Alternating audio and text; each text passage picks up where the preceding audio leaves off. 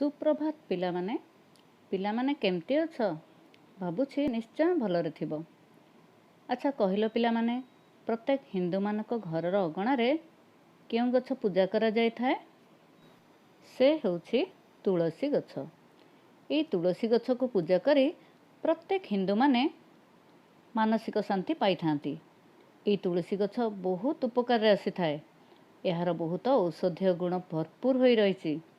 तुलसी गछर तुलना नाही, तार गुण सबुठारु अधिक। अच्छा पिलामाने जेतेबेले तुलसी गछटी छोट होइथाए तमे केबे तार पत्र सुंघिछ? तुलसी गछरे दुईटी पत्र कौलिला बेलरू ही तार बास्ना चारिआडे महकी उठिथाए। ठीक सेहीपरि बड़ हेले जेउ लोक विशिष्ट गुणर अधिकारी हुए पिला बेलरू ही तार प्रतिभा फुटी उठिथाए। सेही बड़ी जने ख्यातनामा महापुरुषों विषय आमे आज जानिबा जे कि तुलसी दुई पत्ररू बासिला परी तांको प्रतिभा पिला बेलरू ही जना पड़िथिला। से किए जानिछ पिला माने? से हेउछंती आम ओडिशार प्रथम ज्योतिर्विज्ञानी पठाणी सामंत। ताहले चलो पिला माने आज आमे तृतीय श्रेणीर आम भाषा आम साहित्य बहिर तुलसी दुई पत्ररू बासे विषयटीरू तांको विषय किछि अधिक तथ्य जानिबा। आम राज्य ओडिशार नयागढ़ जिला अंतर्गत खंडपड़ा भली गोटे अख्यात अंचल को प्रख्यात करिथिबा सामंत चंद्रशेखरंकर जन्म होइथिला 1835 मसीहा डिसेम्बर मास 13 तारिख रे। अच्छा पिला माने पठाणी सामंतकर पूरा नाम कौन थिला जानिछ? तांको पूरा नाम थिला सामंत चंद्रशेखर सिंह महापात्र।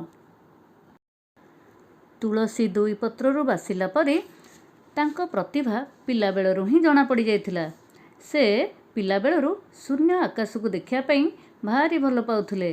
खंड खंड होई मेघ सबू पवनर संस्पर्श रे आसी केमिति बदली जाउछंती ताहा से निरीक्षण करुथिले। जेते बेले आकाश रे पक्षी सबू दल दल होई उड़ी जाउथिले सेमानकु देखि से बहुत खुशी हो जाउथिले। आउ केउ पक्षी केते बेगरे उड़ुछि, मेघ पक्षी मानकर दूरता केते, से आग्रहर सहित सेगुड़िक गणना करुथिले। जानिछ पिला माने खेलु खेलु आखि आगरे रंगीन काच धरी से सूर्य को देखिया पई भी चेष्टा करुथिले। अनेक समय रे कोनोसी एक बरगछ निकट को जाई ता तले बसुथिले। सूर्य को गति अनुजाई खंडिए काठी द्वारा गछर उच्चता से कहि देई पारुथिले। आउ राति रे ध्रुव तारा, सप्तर्षि मंडल, ग्रह नक्षत्र मानकर गति, उदय अस्त आदि समयर हिसाब से तालपत्र रे लिखि रखुथिले।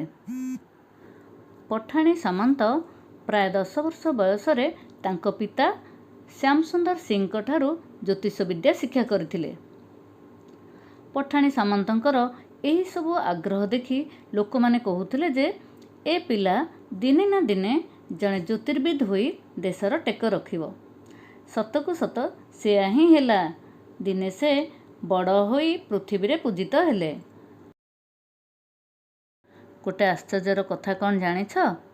पठाणी सामंत तांको घरर अगणा ठारू पुरी जगन्नाथ मंदिरर दूरता भी केते पाउंड बोली गणना करिथिले। कठोर साधना बल रे से एक मानजंत्र तैयारी करुथिले।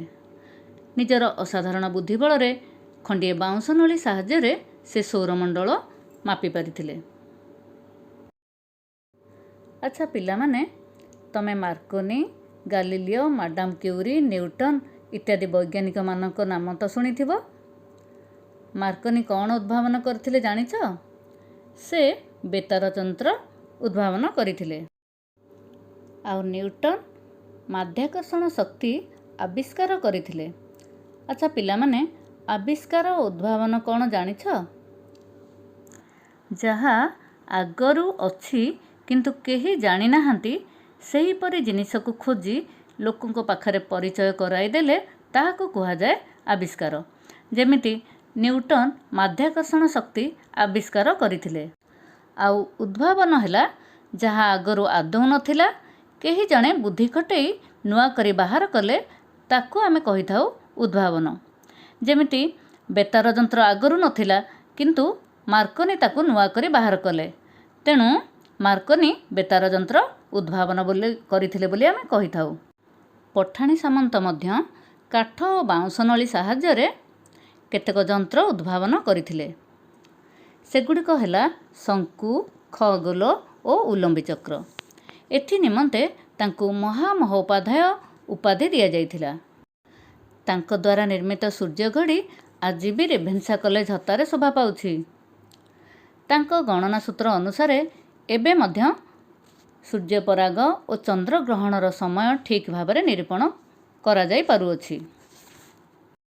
ପଠାଣି ସାମନ୍ତ ତାଙ୍କର ପ୍ରଗାଢ଼ ପାଣ୍ଡିତ୍ୟ ବଳରେ ଯେଉଁ ସବୁ ସାମାଜିକ ତଥ୍ୟ, ଗଣିତ ବିଦ୍ୟା ଓ ଆକାଶ ତତ୍ତ୍ୱର ଆବିଷ୍କାର ଓ ଉଦ୍ଭାବନ କରିଯାଇଅଛନ୍ତି, ତାଙ୍କୁ ଆମେ ଭୁଲି ପାରିବା ନାହିଁ। ତେଣୁ ପୃଥିବୀରେ ଜ୍ୟୋତିର୍ବିଜ୍ଞାନ ଯେତେ ଦିନ ଯାଏ ଥିବ, ସେତେ ଦିନ ପର୍ଯ୍ୟନ୍ତ ସାମନ୍ତ ଚନ୍ଦ୍ରଶେଖର ଅମର ହୋଇ ରହିଥିବେ।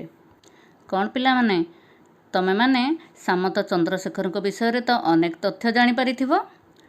ତମେମାନେ ବି ସେହିପରି ଖ୍ୟାତି ଅର୍ଜନ ପାଇଁ ନିଷ୍ଠାର ସହ ଉଦ୍ୟମ କଲେ ଦିନେ ନା ଦିନେ ନିଶ୍ଚୟ ସଫଳତା ପାଇପାରିବ। ଧନ୍ୟବାଦ।